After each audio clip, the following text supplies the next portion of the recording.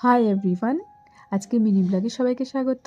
আজকে আমি 1 জানুয়ারি যে শাড়িটা পরেছিলাম সেটা নিয়ে একটু বলবো, আর কি লুক রেখেছিলাম সেটা নিয়ে বলছি। তো শাড়ি একটা আমি সিল্ক শাড়ি পরেছিলাম, আর সেটাতে বালুচুরি কাজ রয়েছিল। পুরো পাড়টাতে ব্লু এর উপরে পিঙ্ক ইয়েলো ব্লুতে কাজ রয়েছে, সুন্দর পুরো পাড় জুড়ে এই কাজ একই সেম চলে যাচ্ছে। আর শাড়িতেও ব্লু আর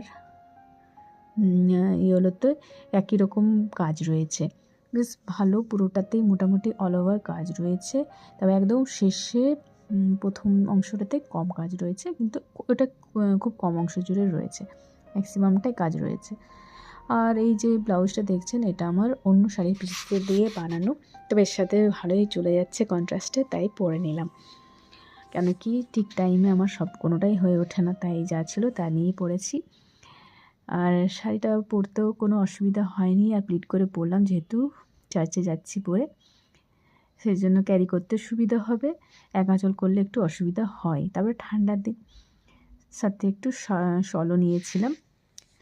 তো এর সাথে আমি কানেরটা পরেছিলাম, রানীর মধ্যে যাচ্ছে, আর এই গলার সীতাহারটা পরেছিলাম। আর বাঁ হাতে একটা ঘড়ি ছিল, আর ডান হাতে একটু গোল্ডেনের একটা বালা, আর সাথে চুড়ির সেট ছিল, সিম্পলের মধ্যে, খুব বেশি না।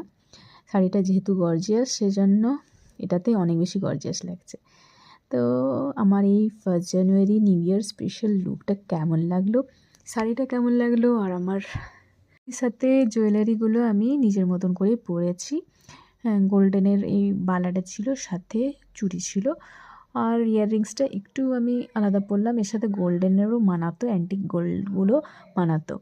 তো আমি এই কানেরটা অনেক দিন ধরে রাখাই আছে, পরা হয়নি, তো আজকে সুযোগ ছিল এই কালারের শাড়ি যেহেতু, সেজন্য পরে নিলাম। তো এই পার্টিওয়্যার ছাড়া এরকম এত বড় কানের পরতেও ঠিক লাগে না। তো কেমন লাগলো আপনাদের আমার এই নিউ ইয়ার স্পেশাল লুক, অবশ্যই কমেন্টসে জানাবেন। তাহলে আবারও দেখা হবে নেক্সট ভিডিওতে বা ব্লগে। ততক্ষণের জন্য সকলে ভালো থাকো, take care all, bye and tata.